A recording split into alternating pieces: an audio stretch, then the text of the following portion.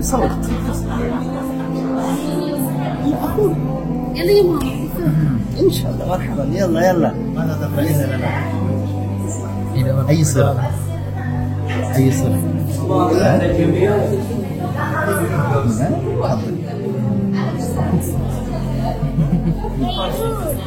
সে কি যেন বলতে চাচ্ছে বলতে পারছি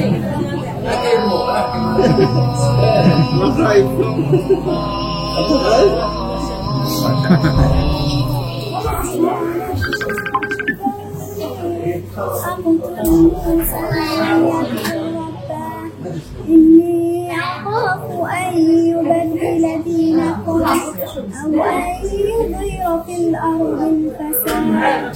ويل لكل همزة لمزة الذي جمع ماله وعدده يحسب أن ماله أخلده كلا لينبذن بالحطمة نار الله الموقدة التي تطلع على الأفئدة إنها عليهم موصلة في عمد ممددة. ما شاء الله ما شاء الله.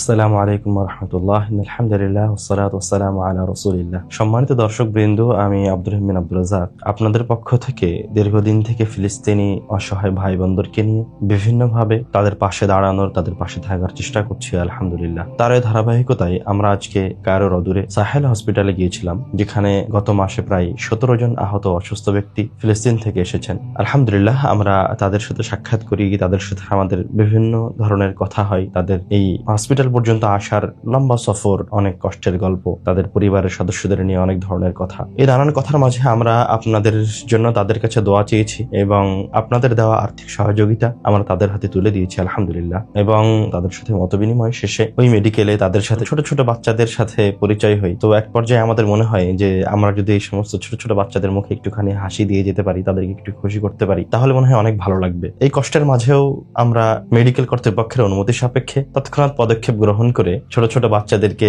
এক জায়গায় করে মেডিকেলের রিসেপশন রুমে আমরা একটু প্রতিযোগিতার মতো আয়োজন করে ফেলি, যে কোরআন তেলাওয়াত করতে চায়, যে রাসূল সাল্লাল্লাহু আলাইহি ওয়াসাল্লামের একটা হাদিস বলতে চায়, এবং আমরাও আমাদের পক্ষ থেকে তাদেরকে রাসূল সাল্লাল্লাহু আলাইহি ওয়াসাল্লামের বিভিন্ন সুন্নাত সম্পর্কে জিজ্ঞাসা করি। মাশাআল্লাহ আলহামদুলিল্লাহ তারা অনেক চমৎকার উত্তর দেয়, অনেক সুন্দর কোরআন তেলাওয়াত করে। তো আপনাদের উদ্দেশ্যে আমি যেটা বলছিলাম, আপনারা যে জান্নাতের চেহারার, নুরানি চেহারার ছোট ছোট মায়াবী বাচ্চাদেরকে দেখতে পাচ্ছেন, ইসরায়েল 15 থেকে 20 হাজার এইরকম ছোট ছোট নুরানি চেহারার বাচ্চাদেরকে গণহারে হত্যা করেছে, তাদের বুকে গুলি চালিয়েছে, বোমা দিয়ে উড়িয়ে দিয়েছে, খণ্ড বিখণ্ড করে দিয়েছে। আপনাদের উদ্দেশ্যে বলতে চাই, ইহুদি, খ্রিস্টান, নাস্তিক বা অন্য যে কোনো ধর্মের বলেন না কেন, যে একজন মুসলমান ব্যতীত অন্য ধর্মাবলম্বী এবং নাস্তিক যারা আছে তারা আসলে প্রকৃত পক্ষে সকলেই মুসলমানদের শত্রু। যেমনটা আল্লাহ রাব্বুল আলামিন কুরআনুল কারীমে বহু জায়গায় বলেছেন, রাসূল সাল্লাল্লাহু আলাইহি ওয়াসাল্লাম আমাদেরকে জানিয়ে গেছেন, যার বাস্তবতা আমরা পৃথিবীর বিভিন্ন জায়গায় আনাচে কানাচে দেখছি। আমাদেরকে, আপনাদেরকে, আমাদের সন্তানদেরকে হেফাজত করে নিজেদের দ্বীনের শিক্ষা দিয়ে গড়ে তুলতে হবে এবং এই জায়গায় ন্যূনতম শীর্ষের সমপরিমাণ অবহেলা করা যাবে না। দ্বীনের জ্ঞান অবশ্যই